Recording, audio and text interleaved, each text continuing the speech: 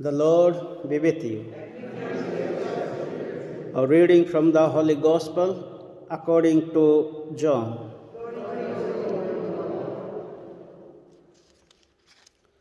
Jesus said to his disciples, I am the true vine, and my Father is the vine dresser. Every branch in me that bears no fruit, he cuts away. And every branch that does bear fruit, he prunes to make it bear even more. You are pruned already by means of the word that I have spoken to you. Make your home in me, as I make mine in you. As a branch cannot bear fruit all by itself, but must remain part of the vine, neither can you unless you remain in me. I am the vine, you are the branches. Whoever remains in me, with me in him, bears fruit in plenty. For cut off from me, you can do nothing. Anyone who does not remain in me is like a branch that has been thrown away. He withers. These branches are collected and thrown on the fire, and they are burnt. If you remain in me, and my words remain in you, you may ask what you will, and you shall get it. It is to the glory of my Father that you should bear much fruit, and then you will be my disciples. The Gospel of the Lord.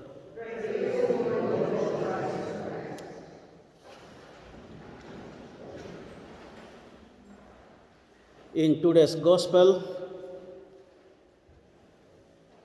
John's Gospel, chapter 15, is the parable of the true vine. In this parable, Jesus wanted to teach his disciples and today to all of us to remain with him, to remain with the Father. As he says clearly here to his disciples, cut off from me, you can do nothing.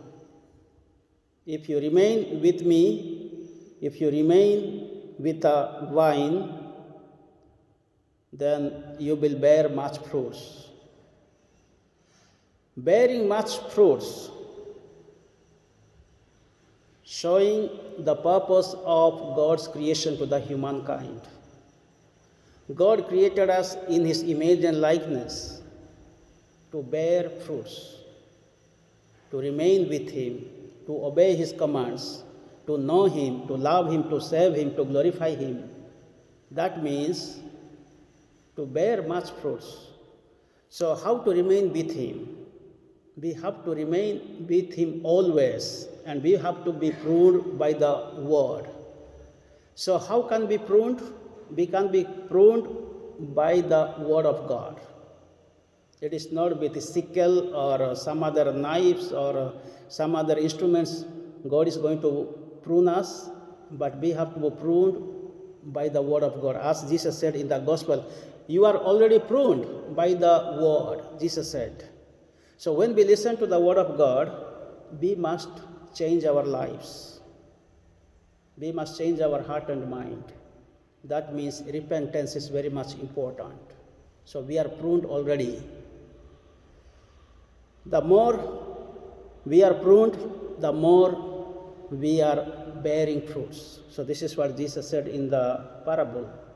And Jesus said, make your home with me, and I will make my home with you. So we must always make our home with Jesus. So this is what we heard in the first reading. St. Paul is writing to the Galatians. I live with the crucified Christ. It is not I who live, but Christ who lives in me.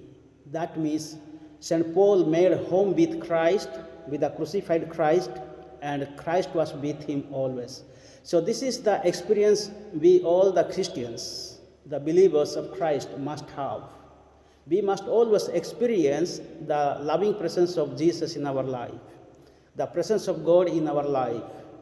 In this Holy Mass, Jesus is being present. In our community prayer, in our deeds, in our actions, Jesus is being present always. So let us experience His presence and let us try to remain with Him, abiding with Him. This word is repeatedly said in today's Gospel. Remain with me, abide with me. If you are cut off, you can do nothing. Let us pray today in this Holy Mass that we may always listen to the Word of God.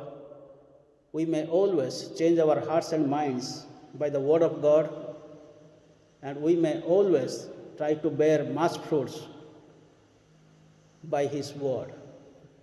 May the good Lord continue to bless us all and bless our families.